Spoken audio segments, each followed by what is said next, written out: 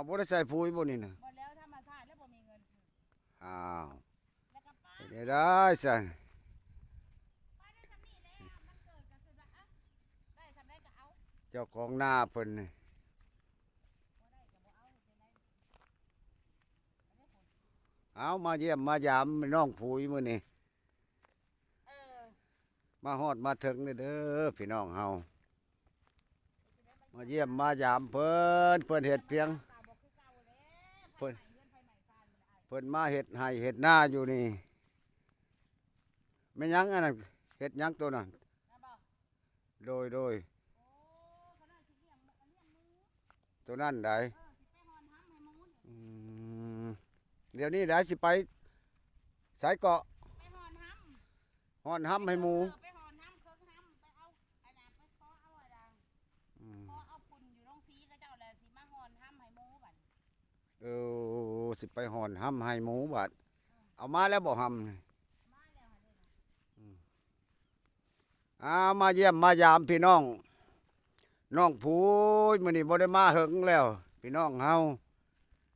มาเก็บบรรยากาศงามๆให้พี่ให้น้องเพิ่นอยู่ป่าอยู่ดอนพี่แหละอืมโอ้ยเป็นตาวันซ้อนพี่น้องเอ้ยอยู่แถวนี่น้ำพายก็มีแม่นหยังก็มีธรรมชาติถือว่างามแหละพี่น้องเฮา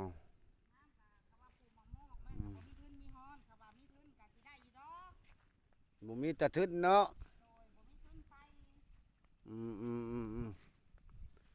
เปิ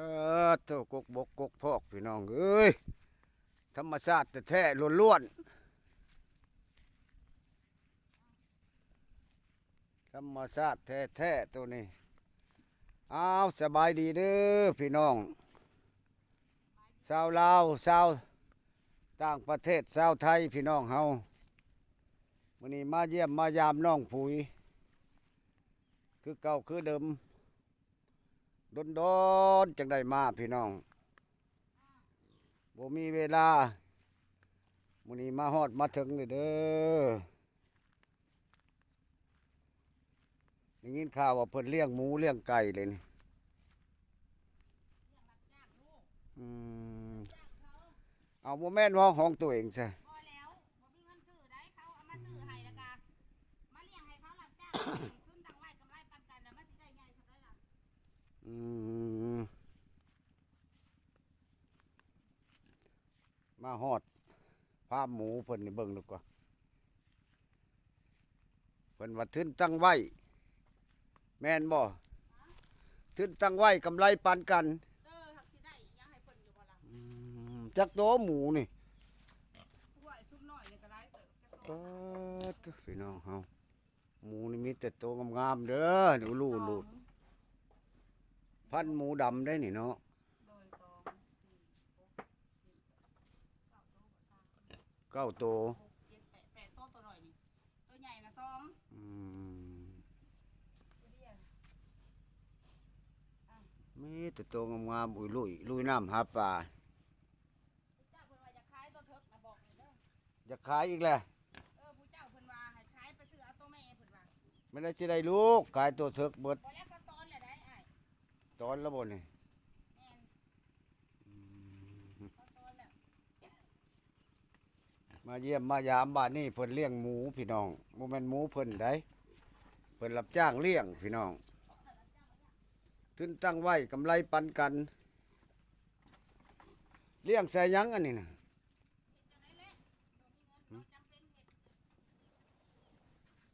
เลี้ยงใส่หัวอาหารบ่พอธรรมชาตินี่ถ้าใส่หัวอาหารก็มันก็ใหญ่แหละข่อยเอามามื้อน่ะได้อ้ายมาจักเดือนแล้วนี่มื้อบุญบ้านเจ้าน่ะบุญอีหยังก่อนบุญสุดท้ายวังหนึงนี่นะโอ้บุญสังฆทานนี่บ่มื้อสังฆทานนะฮักก็ได้อัน3 เพิ่นน่ะแม่นผู้ที่ครบเดือนแล้วบ่5 6 7 8 9 10ต้นละพัน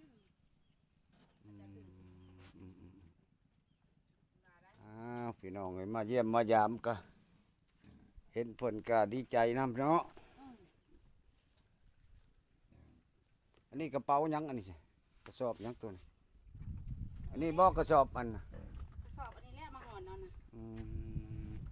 สิมาหอนเอาห้ำเนาะนี่เนาะ ห่อนเอาห้ำ เฮ็ดตามภาษาคันเว้าแล้วเนาะ ตามภาษาบ่ไม่ทึนมีฮ้อนน่ะเด้ ชาวภูยคนขยันนี่พี่น้องเอาสบายดีพี่น้องแน่ สบายดี เบิด ตรงแน่นี่ทุก สู่ อย่าง ผู้สู่ มา คน ปั๊ม เนาะ อขี้แกบขี้พุ่นมาอันฮ้อนนี่พอได้เลี้ยงหมูพอได้ให้มันทันประทันชีวิตของมันแน่ใครเป็นคนก็กินพ่อบ่ตายว่าซั่นจ้ะ อยากได้อันคนมาหอนห้ำอีก อยากได้บ่ได้อยากได้คนมาแก่ อยากได้คนมาแก่แก่แล้วเหรือเมื่อบ่นี่ ไหวแก่แล้วก็เมื่อหรือว่าสิแก่แล้วสิให้กินน้ำนอนน้ำบ่ ไหวลูกเป็นแนวน่ะเนาะ ยันว่าแก่แล้วก็ให้กินน้ำนอนน้ำเพิ่นว่า โอ้ยตายดอกเนาะเนี่ย ตายเด้อเนาะเอาบ่เดี๋ยวนั้นหรือว่าบ่เอา ถ้าว่ามันเป็นตาก็สิเอาอยู่แล้วก็บ่เป็นตาก็ห่วย บ่อยากปานใดแล้วเนาะเว้ย อีหยังก็เฮาอีหยังก็เฮา โอ้ย อ้ายจะเอาปอนน้ำให้แน่เด้มีดนะเอามีดหน่อยก็ได้เข้าใจได้ล่ะ เพิ่นเป็นคนดูคนมันเด้อพี่น้องเด้อ ลูกก็เฮ็ดจังได๋พี่น้องโสดได้นี่ใด มันบ่มีเด้ซั่นน่ะ เพิ่นว่าทุกข์ยากแฮงเพิ่นว่าทุกข์ยากให้ ถูกจนว่าบ่มีเฮือนอยู่ ค่าไก่ตังอาหารบ่ บ่แลไก่ก็บ่มี ไก่ก็บ่มีอีกแหละอ่า ว่าตามตำราเพิ่นแหละบ่มีแล บ่มีเนาะ โดย จักเสดได้แล้วพี่น้องในความทุกข์ความยากนี่ปฏิเสธบ่ได้อันนี้ปฏิเสธได้ก็บ่เอาแล้วเนาะ ห่วยอยากมีและอยากคนมีก็เฮ็ดได้มันในเมื่อที่ว่ามันเป็นจังซี่แหละก็ตามภาษาก็อีกบ่โดนก็ตายดอก เนาะสิบ่หลายปีบ่ได้คนเฮาเนาะ ว้าย อย่างก็100ปีคันว่าได้ แต่ย่านตายอ้าย ฮะ ย่านแต่ตาย ย่านตาย เบิ่งน้องสิไปเอามาห่อนย่านแต่ตายเป็นหยังนะคือว่าย่านตายห้วยตายไปแล้วเลยจะสิอยู่ใส่บ้านเนาะจะว่าบ่ อืม เออ นี่แหละพี่น้องเอ้ยหาเอาขี้แกบมาแล้วก็มาฮอน เนาะ มาห่อนนั่นนี่แหละนี่ มาฮอนเอาแม่นบ่ โดยข้าสิไปซื้อสิไหว้บ่มีเงินซื้อ 10โตนี่หลายเติบได้นี่ ตัวละพันตัวพันเอ็ดก็มี บัดซื้อหมูอีก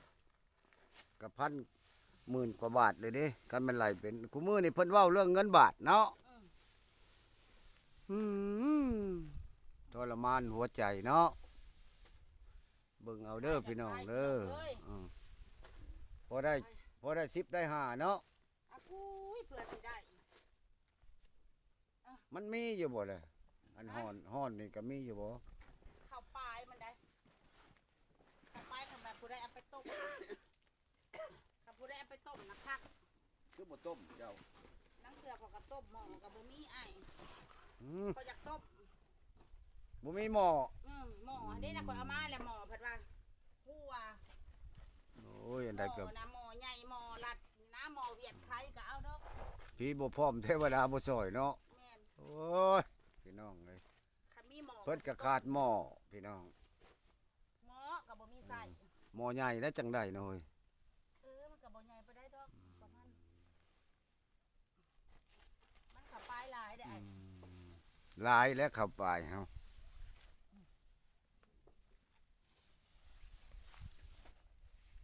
พวกนี้เขาปลายหลายบ่ นี่แหละ นี่ พี่ ก็ น้อง พัดเอา เอ้ย อีกอันนี้ก็ได้ แม่นบ่เข้าไปอันนี้ โดยเข้าไปเขาหาต้มบ่แล้วเอาตัวนี้ผึ่งลงกับบ้านเห็ดหน่วย เอาอยู่ไสนี่น่ะ อยู่ในโรงสีใหญ่กับเจ้านี่เด้ เออแคมทางนี่เนาะ บ่ได้เอาซื่อๆได้ซื้อได้ เพิ่นบ่ให้ซื่อ บ่แล้วสอบละ20,000กีบพุ่นได้นี่ โอ้ อ้ายเอ้ย ได้คู่แนวเนาะ น้องน่ะบ่ได้เขาบ่ได้ให้เจ้าได้เขาเจ้าได้เงินเบิดเขาเจ้าผู้รวยน่ะขี้เก็บกับเป็นเงินเป็นทองเนาะนับแต่อีหยังขึ้นไปอันนี้เขาเจ้าเอิ้นขี้พุ่นคายเข่าหั่นเด้ เดี๋ยวเอาไปขอเอาซื่อๆบ่แม่น บ่สอบละ20,000พี่ไก่สอบละ10ปีนี่ขึ้นสอบละ20เจ้าสิว่าจังได๋ซั่นน่ะ ได้บาท อืม ขี้แกบก็เป็นราคาเขา เอ้าเขาเจ้าดูเจ้าก็ได้ต้มให้หมู เอ้าพี่น้องเบิ่งเอานี่ บ เบิ่งเอาเด้อ เพิ่ พี่ น น้อง คนดุคนดันนี่เด้อ เบิ่งแม่หันมากะอันนี้น่ะกล้วยซั่วอยู่ภายในบ้านน่ะ เพิ่น ไปเฮ็ดล้ำเอาอีก2ล้ำ เพิ่นก็โสดเนาะอยู่น้ำลูกน้ำหลานบ่คุมื้อเลยบ่อยู่แนวใดอยู่ผู้เดียวอีก อยู่ผู้เดียวบ่เอาไปอยู่นำกระเจ้าเขาว่ามาอยู่เขาก็อยากได้เงินได้ทองเด้อบ่มีเงินจ้างเขาได้ผู้ชายเดี๋ยวก่อนเขาสิมาอยู่นำต้องจ้างเขาบ่แม่นบ่ จ้างเขาอีกบ่ ว้า ว้าย สมัยนี้เขาเจ้าว่าจ้างอีนายอีหนึงหั่นเด้แล้วเป็นเอดส์เนาะแล้วจ้างคนเขาไปเข้าไปนอนนำจ้างบ่แม่นสิเทื่อละหน่อยจนเบิดเงินเดี๋ยวนี้เขาบ่จ้างเขาก็บ่ไปเฮ็ดให้ ปานนั่นบ่เว้ย เอ้าเขาสิไปเฮ็ดหม้องอื่นพัดคำเฮ็ดกับเฮ็ดใส่ทงนั่นแหละ อืมสร้างเป็นเนาะสมัยเงินเนาะแม่นบ่เนาะ เงินเฮ็ดจะได้อาย บ่เรื่องเงินเรื่องทองพี่น้องเฮา น้องไปยังบ่มีผู้หาให้เงินคักแม่น สิไปจ้างเขาอีกกะเว้นอีก โอ้ เลยเนาะ ยไปจ้างเพื่อสิได้เห็นของเขานี่ โอ้ย ตายอีพี่น้องเอ้ยบ่มีเงินจ้างเด้อบ่มีเงินจ้างเขาดอก สมัยนี้สมัยผู้หญิงจ้างเลยเนาะ เออ จ้างผู้ชายแม่นบ่ จ้างผู้ชายนอนนำ อืม สิเฮ็ดได้ซะบัดนี้ เขาก็พอได้อยู่ได้หน่อยนี่เนาะพอได้แล้วให้หมูนี่ได้ใส่ได้จำนี่ เขาเจ้าสั่งซื้อได้อ้าย นี่ได้ น้องหักเมื่อย เมื่อยได้เฮ็ดผู้เดียวเนาะ ให้ปักซองนะได้นี่เขาเจ้าสิมาเอาคำว่าเจ้าฮ้อนให้ข่อยเด้อเจ้าว่าเฮาหักเบื่อเฮาสิมาเบื่อเฮาสิได้คำสิได้น่ะให้แต่ว่าน้องน่ะโอ้ยบ่มีปัญญาเด้ว่าบ่ได้เอาไว้แต่หาหมูกินแต่ยาดอก พอได้กินแล้วก็ยาเนาะ ข่อยเห็นเจ้าดุเขาเจ้าว่า อืม ว่าบ่ดุก็จำเป็นแล้วสิเอาเงินใส่ซื้อเนาะมันแอวอืดๆแนวนี้เลยเฮ็ดได้ซะนะเนาะแอวอืดแล้วก็ให้มันแล้วบัดนี้เอาสมมุติว่า มันแอวมันอืดอยู่เนาะของเฮาเลี้ยงมันเนาะของบ่ได้ปล่อยมันบ่เนาะ เฮาก็ต้อง ปล่อยบ่ได้บ่อยู่นี่ปล่อยบ่ได้บ่กะว่ายามแลง น้องย่ามันเป็นป่าพันแล่นเป็นดงๆซะหมูเฮาก็เพิ่งเอามา คันตกแรงไปแล้วคันปล่อยเนาะ ขับไปเล่นไปซะแล้ว เอาสิมานั่นอยู่บัดมันใหญ่ซะก่อนสิเอาไปให้คนงาน อืม จวด อันนี้น่ะหมูอันนั้นก็หมูทึกนะ อันนี้มัน ก็จะขาย โอ้ยมันกระเทินได้อันนี้นะ บ่ มันกระเทินมันใหญ่ก่อน เอามันยังบ่ใหญ่บ่อ้ายซำนะ ยังเลยซ้ำเลย ถ้ามันใหญ่ซ้ำนั่นน่ะใหญ่กว่านี้โตเท่าไหร่หั่น เพราะว่ามันก็2 ล้าน3 ล้านพุ่นแล้วเฮ้ย ถ้ามันใหญ่กว่านี้ได้ 2 ล้านไป ถ้ามีใหญ่หรือก็2-3ล้านแล้วเนาะ ต่อกระลุดไว้เลยเฮ้ยมันใหญ่อีหลีก็บ่ว่ากันแล้วตัวนั้น อืม เอามันลื่นนี่แหละพี่น้องนี่เพิ่นกวาดก็ได้ นี่แต่ข้าวปลายเด้อนี่ มาลินน้ำเพิ่นบ่ได้มาหึงแล้วพี่น้อง เาไปต้มใส่บอนนี่ผัดบ่มีบอนจักสิไปเอาอยู่ไส คันมีผู้อยากมาซอยนี่ก็สิได้บ่นี่ผู้มาซ โอ้ อย ย มาโลดไผนอสิมาซอยเนาะอันหานี่เด้อเฒ่าๆก็เอาดอกคันได้มีเงินให้ใช้นี่ จัก10,000 20,000เนาะ อืม มาเด้อพี่น้องเด้อมาซอยเคิงห้ำเด้อนี่เด้อเกลือหมูได้นี่ตอนนี่ชาวปุยเด้อนี่เด้อพี่น้องเฮาชาวปุยคนขยันเลี้ยงหมูเลี้ยงไก่ลาเลี้ยงยามบ่เช้านี่กันมาแต่เช้านี่ก็สิได้ทายเนาะเกลือไก่เนาะ เป็ดน่ะมันปลาข้าวปลาแล้วมันข้าว เพิ่น ไก่ แต่ ก็ได้ ตอนนี้มันเข้าป่าแล้วพุ่น นี่ก็ฮ้อนแล้วก็เอาเกลือมันได้นี่ อืม ซุมนี่นะไปก้อยเกลือมันนี่ อืม อันนี้นะพัดทิมเอาแต่ข้าวปลาย มาหาอยู่น้ำป่าน้ำดอนพี่น้อง เฮ็ดจังได๋ซะบ่มีหม่องอยู่ห เพิ่ ม่ น องเช้า บ่มีบ่อนอยู่เพิ่นว่าคันผู้ใดเนาะสนใจมาเด้อพี่น้อง มาแกงห้ำให้หอน มาแก้ห้ำให้ฮอนแน่นี่สิฮอนห้ำฮอนกะให้ฮอนเนาะ อืมบ่แม่นว่าสิมาเอาน้ำเข้าหน้า มาแกงห้ำให้ซอน สิเอาแต่น้ำเข้าหน้าก็บ่เป็นเลยเฮ้ย ยายกล่องแล้วยังอยากได้เด้นี่ค่อยหอนนี่อ้าย ก็อยากได้แหละเนาะไปบ่อยากได้ขอยก็อยากได้คือกัน ขึ้นมาเบิ่งนี่เพิ่นว่าโอ้ข่อยอยากได้เด้อซา เปิดดูหมวกหั่นเปิดเบิ่งในดูหมวก บ่เคยเห็นได้ปู นักเที่ยวผู้บ่าวอยากเห็น เห็ ได้ นเหือแตนเห็นซะนะขี้ลาย เว้านะแม่เว้านะแม่อยากเว้ายังฝากไปนำ จัก ล สิ ม ฝากได้ใด ฝากน้ำลมเอา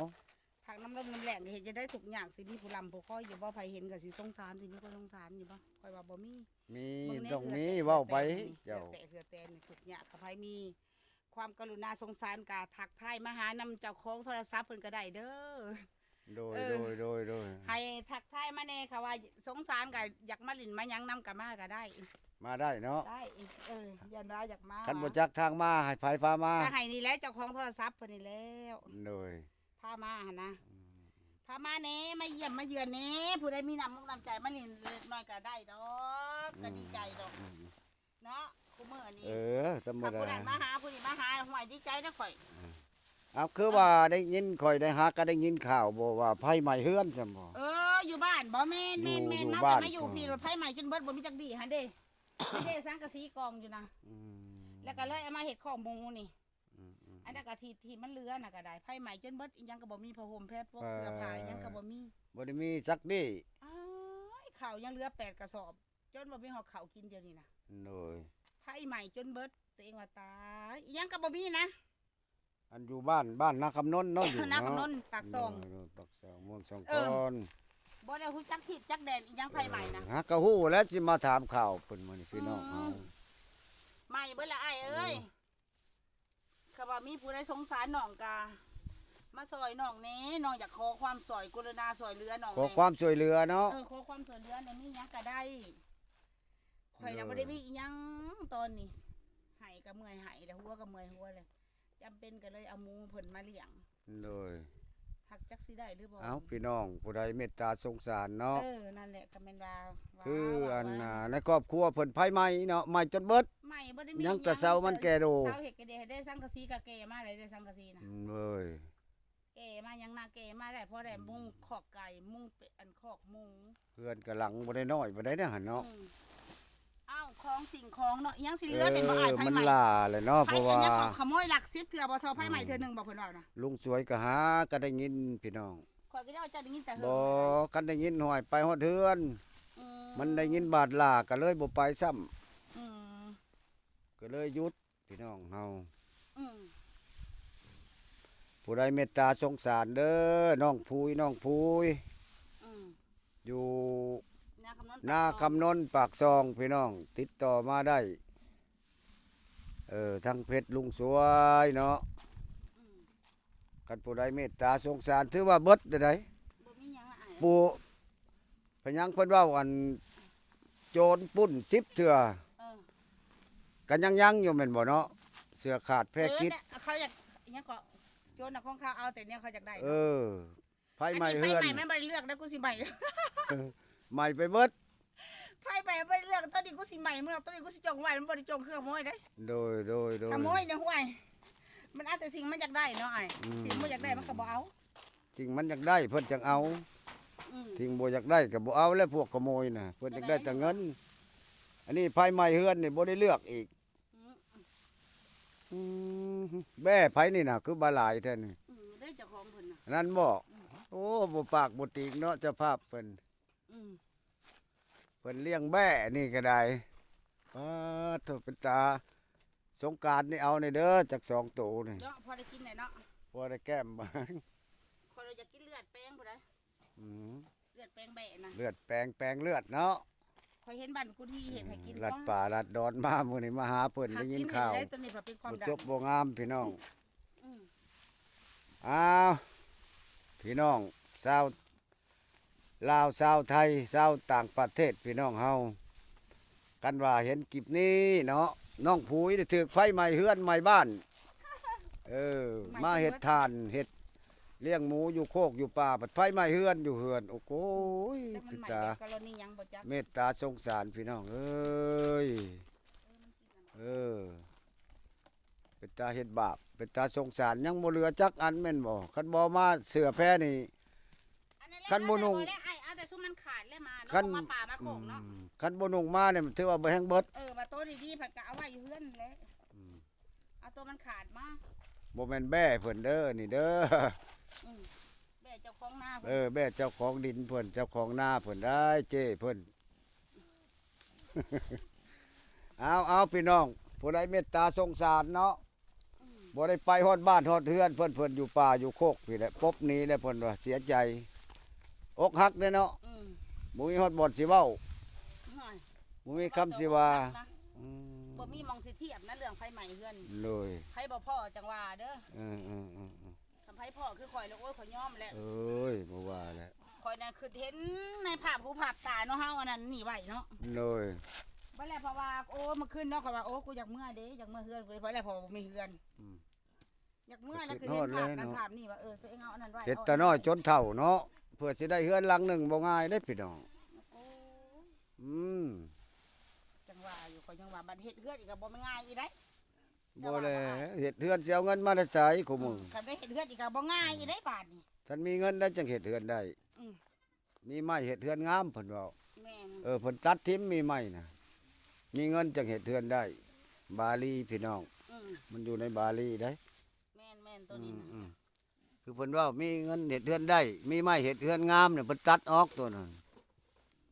ตัวมีไม้เฮ็ดเฮือนงามนี่เพิ่นบ่เอาเพิ่นว่ามีก็มีซื้อๆไม้แต่เฮ็ดเฮือนบ่ได้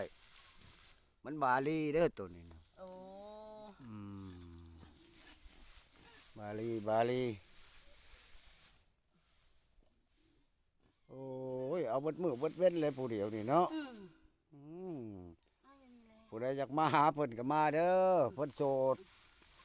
ติดต่อเข้ามาโลด บอกว่านี่ดอกอันนี้ข้าวใหม่นี่เนาะ อืม คำข้าวหน้าแซงแห้งค่ะอ้ายมีแต่ในหญ้าอันนี้ยังว่าข้าวใหม่ได้นี่ข้าวใหม่มันมีแต่ดอกหญ้าวันนี้บ่ดอกหญ้าเบิ่งเหือแตก